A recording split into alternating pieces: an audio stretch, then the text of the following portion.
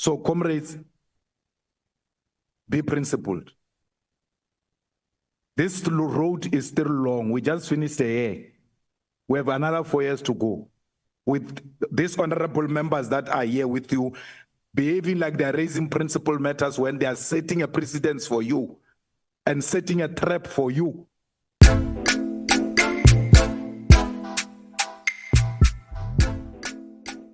Honorable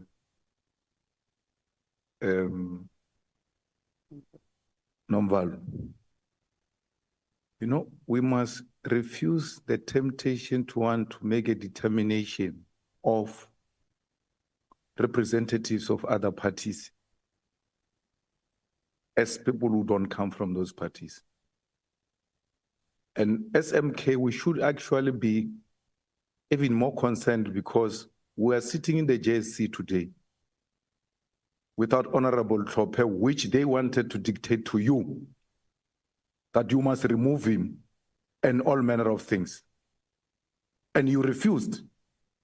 Until now, we're short of a member of parliament in the JSC because you refused that no one is going to dictate to you as to who you are sending to the JSC.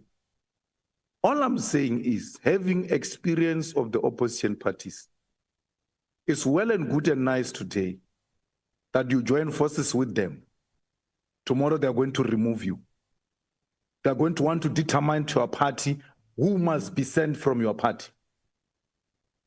We shouldn't agree to that. We shouldn't agree to that.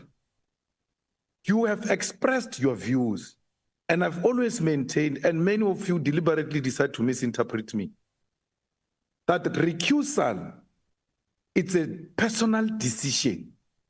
You have raised issues. The DA has listened to you. She has heard you. Whether she takes a decision to stay or not to stay, the public will take a decision about that. It's her decision. But to sit here... Point of order, Chair. Procedural. Try me. I don't think you want to sleep. Try.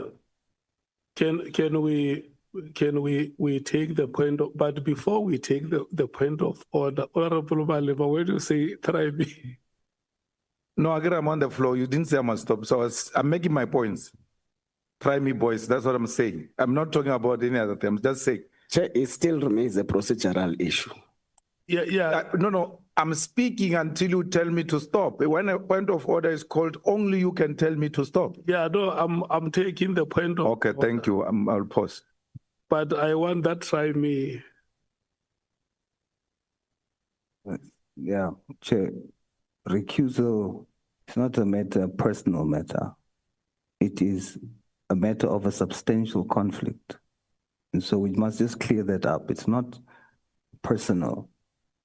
It's procedural to say that we must be clear. It's a substantial conflict. Yeah, but Honorable Souls, you are debating the matter now. I thought you were raising a point of order, but if you debate the matter... I'm raising a point of order. It's misleading to say that we are trying to do something that's a personal matter and we're trying to enforce something that's not procedural. We are raising a point that there's a substantial conflict and procedure holds. You must recuse yourself. I don't think there is disagreement on the matter of recusal. You are arguing for recusal, and he is explaining how recusal should happen. May you proceed, Honorable. Thank you, Chair. So, it can't be correct that you want to determine a membership and representative of certain political parties in this committee, and I've said to you, we do not constitute ourselves. Now calls are being made for you to remove people from this committee who have been sent, correctly so, by their parties. It might be nice today, but you're establishing a precedence that is not sustainable, Honorable Nomvalo. You ought to be it doesn't matter how you feel at the time. You ought to look at the future and turn tables as to what's going to happen if this happens to us one day. I know how these chaps operate. Extremely unprincipled. Today they want to appear like they've got principle on recusal and all manner of things. Again, to say what General has presented here must be accepted as a gospel truth because it was said by a police officer under oath, then we must take what he says about Honorable Mkweli because it's been said under oath. And why should we proceed about any other thing? Because everything General said here, a police officer under oath is a honest truth, nothing else but the truth, and no one can question it. It's unprincipled. General has presented what he presented. We are going to question him tomorrow. We're still going to put whatever he put before us to test. So I'm pleading with you, Honorable Chairperson, don't fall into a temptation to do things that are unconstitutional. This is a proportional democracy, proportional representatives, and we are here constituted by how we are represented in Parliament, and our parties shall decide on those things. Members have raised their issues, the public has listened to them, honorable members had them, the party she represents have had them, and she will make that determination tomorrow. And it's as simple as that. No chairperson has got a right to choose who sits in this committee, who doesn't sit in this committee. Last point, all of you who are making the recusal point, why is none of you not quoting the rules of Parliament on recusal? And why is none of you quoting the terms of reference on recusal? We're just talking past each other. No one is referring to anything. No authority is being referred to. No authority is being referred to. I'm just saying we need to remain principled. Nothing wrong with the chief whip having raised this issue that this member has been implicated in a manner she has been implicated. We are still appealing to a conscience and leave it there, not remove.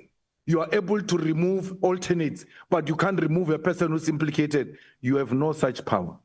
Neither do us have the power to determine what happens to the delegation of the DA.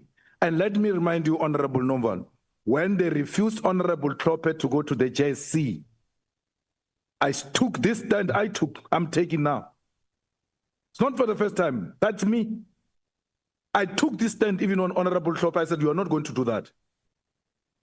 If he's a member of Parliament, he must enjoy all of those privileges until a certain decision is arrived at by the courts of this country. So today, the tables are not on your side. You say, no, you can determine who must be sent from the other party. But when it comes to your party, no one can determine who you must send. So comrades, be principled. This road is still long. We just finished a year. We have another 4 years to go. With these honorable members that are here with you, behaving like they're raising principal matters when they are setting a precedence for you and setting a trap for you. Be warned. Point of order, Chair. No, I'm serious. I've got a point of order, Chair. Yeah. Honorable Sang. Chairperson, we were silent. I think for most of Honorable Malema's input, he was addressing members. He was not addressing Chair, as is the rules of procedure in a meeting. Now, why we felt it was important that we must raise this point of order is that not only does he address members, he is intimidating them and threatening them. I think you need to rule on that point, Honorable Chair. Thanks.